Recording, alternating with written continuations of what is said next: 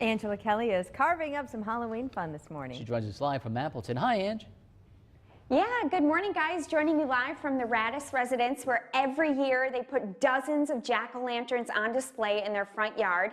They're in the garage right now because it's kind of raining, so we want to make sure that they don't get too icky. But I'd like to introduce you to the man behind all of this. This is Kevin Radis.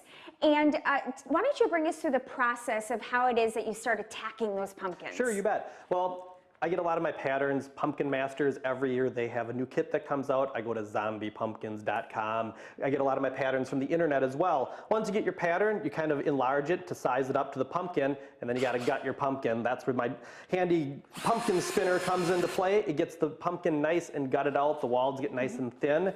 I put my pattern on the pumpkin. I poke holes to make the little areas that I need to carve out, and then you slowly connect the dots and get the pieces out.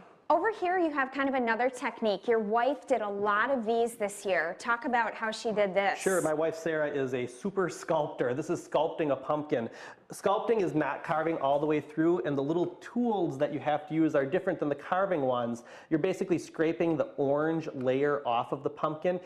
Like with this, you can keep the little etching in there. You could use a different tool to rake it out if you want it smooth, so you can get creative with it. Good stuff. Let's turn off this light here, because take a look. The kids are going to love these. These will be outside in front of the house, 1225 East Harding Drive, tonight, tomorrow, and Saturday.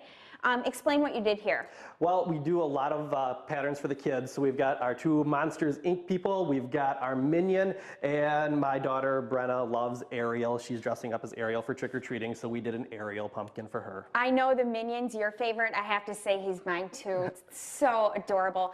The best part about all of this is Kevin raises money for charity every year with this event. And tell us of where the money's going this year. This year it's going to the Stock the Shelves campaign. Everything that gets donated will help out 25 different food pantries throughout northeastern Wisconsin. And the goal is, you know, yes, you can bring food, but we prefer, you know, bring money so it can just go directly into that fund. In the past, we've donated to a specific food pantry, so food worked out good. But this year, we're actually just looking for the monetary donations, because then it will be able to help out so many different food pantries. Yeah, absolutely. People might be wondering, ooh, it might be raining for trick or treat. What are you? A little bit of rain is going to be okay, as long as it's not a massive downpour or thunderstorm. We'll have the pumpkins out, and we'll try our best to have them lit and happy at 4 o'clock.